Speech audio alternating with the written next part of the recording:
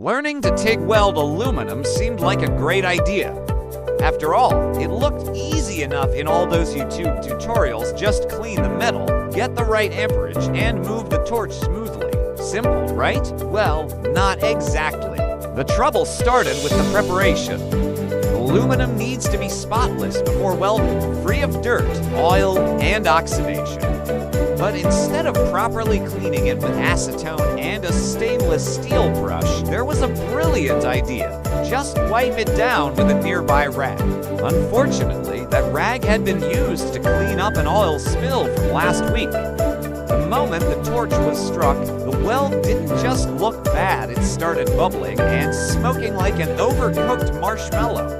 A strong smell of burnt oil filled the shop, making it clear that this wasn't going to work. After cleaning the metal properly, it was finally time to weld. The torch was positioned, the foot pedal was pressed, and nothing. No arc, no weld, just silence. A quick check revealed the issue. No gas. The argon tank was completely empty. After a lot of grumbling and a trip to the supply shop, the tank was finally refilled.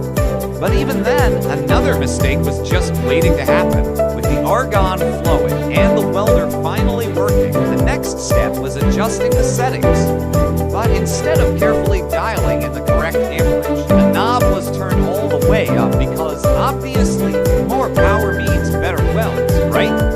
Wrong. The moment the foot pedal was pressed, the aluminum didn't just melt and evaporate. The metal turned into a bright, glowing puddle in seconds, dripping through the workbench like molten cheese. After realizing that aluminum wasn't, in fact, indestructible, the settings were finally adjusted to something reasonable.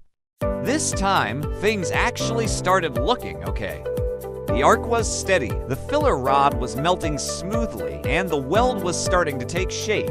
Just as confidence was kicking in, disaster struck again literally.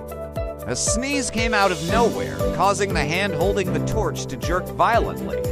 The sharp movement blasted a massive hole straight through the aluminum piece, ruining what little progress had been made. Staring at the disaster, there were two choices: admit defeat or pretend it was intentional. The decision was quickly made this wasn't a mistake.